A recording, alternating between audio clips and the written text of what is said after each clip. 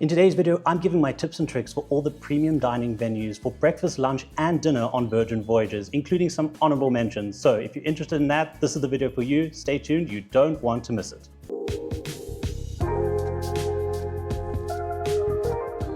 Now, I want to be very clear, this is not to be confused with my dining reservation strategy and video, which is going to be put somewhere up here for you to click on if you haven't already seen that. You don't need to take my word for it. Go and see the comments on that video. You'll know it is the best guide out there on how to get essentially 100% of all your dining reservations. You only have two premium dining options for breakfast on Virgin Voyages, the Wake or Razzle Dazzle. Now, they're very different restaurants, but here's the important tips you need to know. Number one, of course, is that you can book either of them every single day of your voyage for breakfast. I think they usually start around 8 a.m., maybe even 7:30, until around, I think, 11 or 12-ish. But just double check that because these things do tend to change. The important tip that you do need to be aware of, though, is for your final day, disembarkation day.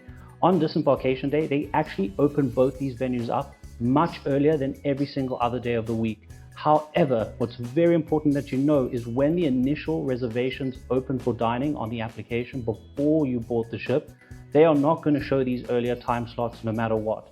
Only once you're on the ship and connected to the Wi-Fi will you be able to see, for example, a 6:30 reservation in the morning for the Wake or Razzle Dazzle. So please make sure you keep that in mind if you need to catch an early flight or for whatever reason you've got to get off the ship very quickly on the final day as soon as it's essentially docked. When it comes to lunch on Virgin Voyages, there are two premium dining options available, but there's a caveat there and we're going to touch on it in a moment. So it's our old friends, the Wake and Razzle Dazzle. However, here's the trick. They are only available for lunch on sea days. That means on embarkation day, obviously disembarkation day, and everything in between where you're out of port, they will not be available for lunch, but where you have a sea day, they will be. Now, here's what you need to know that I think is very important that kind of gets overhyped or missed out when people are trying to find out about this exclusive, rare occasion when they're open for lunch. Number one, the menus are 100% the brunch menus at either of them.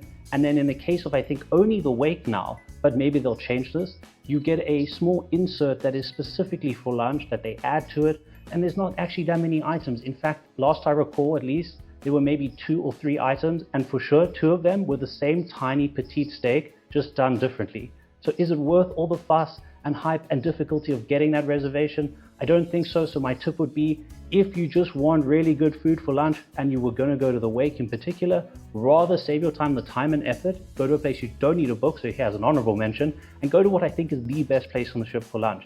And that is the dock or the dock house, which is literally one up from the Wake at the back of the ship. If it's a good weather day and you're at sea, you'll have the best view because it's literally overlooking the ocean. There's an indoors part to it too, so it's such a win-win.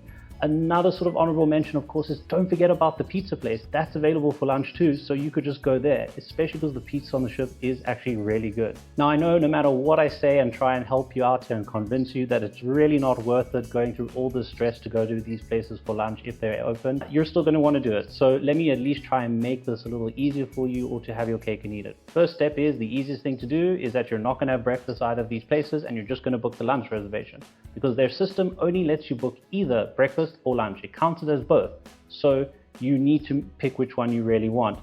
But let's say you did want to try have both. Is it possible? Yes. This is a very difficult trick to pull off, but it does work 100%, especially if you're solo. If you're not solo, there is a way to do it, but you're still going to need to know someone else who wants to go there and is in a different cabin to you. So here's how it works for solo, and then if you're not solo. If you're solo, very easy. What you do is, if you have a mate or friend or someone you've just met who's on the ship in another cabin, one of you books a breakfast there for one person, or you can try book for 2 if the system lets you, but book for one person, because by default, every single seat that they're going to give you if you're a solo is going to be for 2 people. So they can then just come and join you once you give them the details about your breakfast reservation. In the same vein, you could do the same thing for lunch.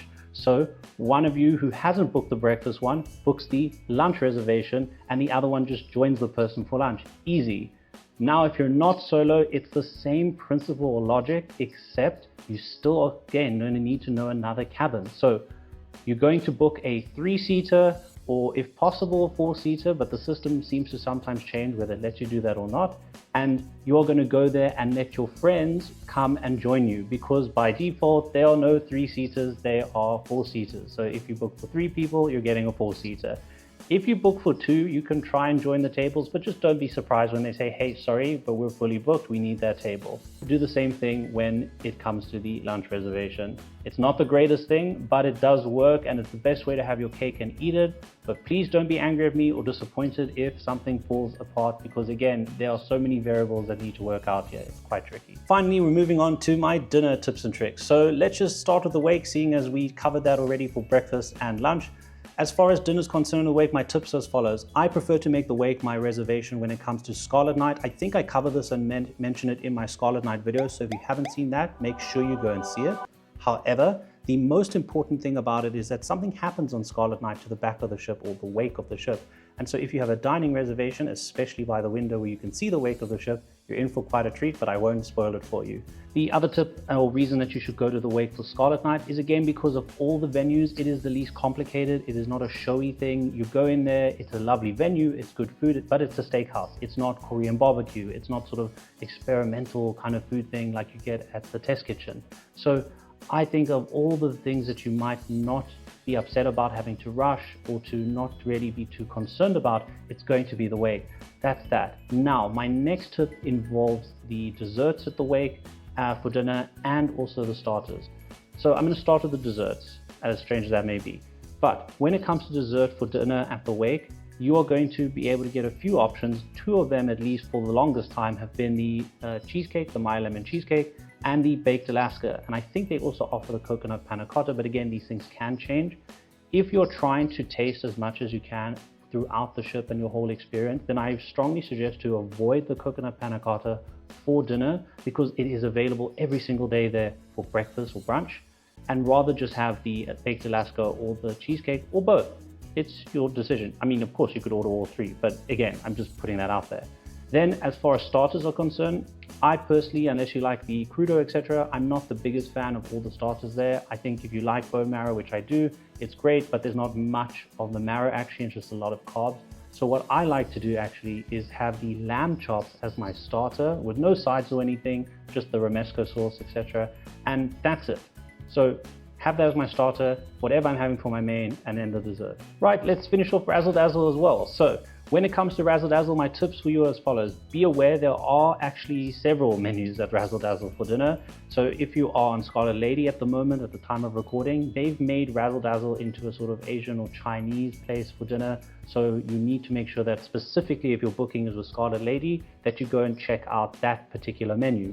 If you're not on Scarlet Lady and they haven't changed it anywhere else, then be aware that there are actually 2 different menus for Razzle Dazzle by night, Menu A and Menu B. Go look those up. Again, it typically follows that Menu A is going to happen in the first half of your sailing, no matter how long your sailing is, and Menu B will happen in the latter half. The next tip is specifically for solos. For solos, night 1, your solo dinner by default is always at Razzle Dazzle. You do not need to have any reservations for this. You will by default as a solo in your cabin get a thing mentioning this. If you go to the solo meetup, they are going to tell you this. Unless things change, which I don't think they have or will really, that's going to be the place for you to go to. Moving on to the test kitchen. I have a few tips for the test kitchen that I think will be super helpful for you. So first things first, test kitchen has multiple menus, A, B, and even in the last year or so a C. The general rule of thumb is in the first half of your sailing, you'll get menu A, and in the second half, you'll get B or C. So check out once you're on board about that. Why do you need to know about this? So it actually matters when you make your reservation for the test kitchen.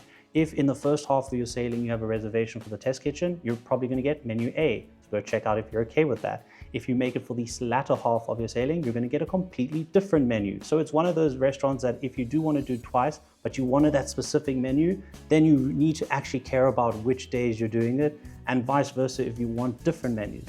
So be very careful about that when you're planning which restaurants you want to book and when. My second tip for the test kitchen relates to the pairings that they offer. Stick to the cocktail one. But on that note, please be aware of this because you see it happen all the time. The cocktails that they're going to give you start off very weak and end off strong. So don't be deceived by the first one they give you, which is almost like soda water and something. It's going to ramp up. I think it's quite fun, etc. But just be aware to not drink all the drinks in full unless you just are ready to get going the moment you leave that place, if you can even walk straight out of the venue. Let's move on to Gunbae. So Gunbae, my first tip is do not think it's the end of the world if you can't get Gunbae for night one of your sailing. I say this because my perception is that Gunbae is the most highly sought after reservation for night one of your sailing, mostly because people want to go there and meet new people during dinner because it's a social experience.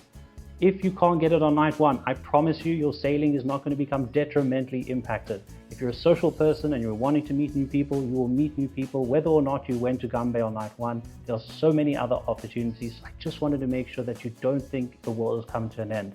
My second tip for Gunbae relates to dessert. I think the desserts there are objectively awful. So my advice would be when you finish your mains and you're kind of done, but you do want dessert, get up and go to the gelato place downstairs. That is way, way better than anything you're going to get at Gunbae. My last two tips for Gunbae are somewhat related to each other, and that has to do with what you get for your main. If you're a meat lover, then you are going to probably consider either getting the kalbi, which is the marinated Korean beef, or you might want to do the upcharge for the Wagyu. If you either are somewhere that is very difficult to get real Wagyu, not American Kobe or Kobe style beef, actual A5 legitimate Wagyu, then yes, I think it's worth getting or considering the upcharge because it's going to be very hard to get it. It's limited in how much gets out of Japan to go anywhere, and it's like something that you've never had before if you have never had Wagyu.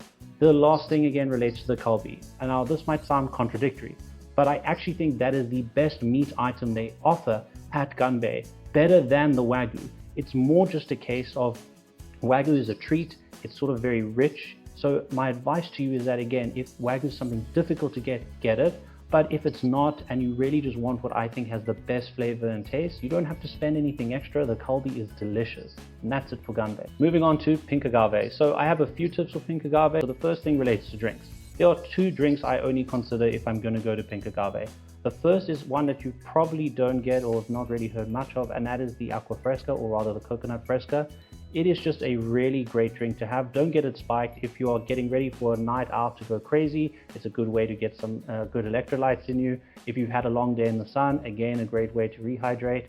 And also, if you just want something refreshing and you don't mind coconut, it's a fantastic drink. The second thing is for all of you who love your tequila or mezcal. If you are serious about it, I honestly would say don't bother with the cocktails. I think that their pre-mixed margaritas are not great and the rest is very gimmicky. Like, okay, you put crickets in my drink, but the drink still sucks. So what am I going to do with that? But when it comes to their menu for tequila and mezcal, yeah, they have the biggest menu on the ship. They should, which is great. And if you really, really love your tequila or mezcal, then there's only one drink I would strongly recommend you get. It is going to be probably one of the 3 most expensive drinks you could get there, and that is the Tears of Iona. If I got that one wrong or mixed it up, I'll make sure to put a picture of it or something in this video so you know what I'm talking about. It is pretty pricey, but it is fantastic. The last tip that I have about the pink agave is kind of a interesting tip, I'd say. The best potential steak you will get on board the ship undoubtedly is actually the one at the pink agave. The problem with it is that it is, if I remember correctly, a ribeye cut. So because the cuts can vary so dramatically in terms of how much fat you get or how much fat you don't get or where the fat is, etc., you can either have sort of a dice roll as to whether you're going to walk away having had an amazing steak or literally the worst one you've ever had on the ship. When it comes to extra virgin, I just have the following small tips to make.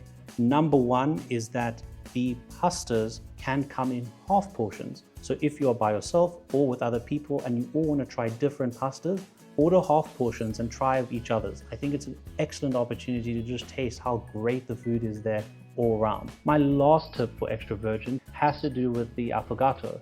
So this is supposed to be where they will wheel a cart next to your table, and then of course you choose what you want. You get your 1 or 2 shots of espresso, and then your scoop of ice cream that you've chosen, or 2 scoops, whatever, and then whatever toppings you like. My only tip for this is be insistent that they bring the cart to your table. And that does it for my tips and tricks relating to the premium dining venues on Virgin Voyages for breakfast, lunch, and dinner. As always, I hope you found it useful or at least entertaining, and I will see you next time.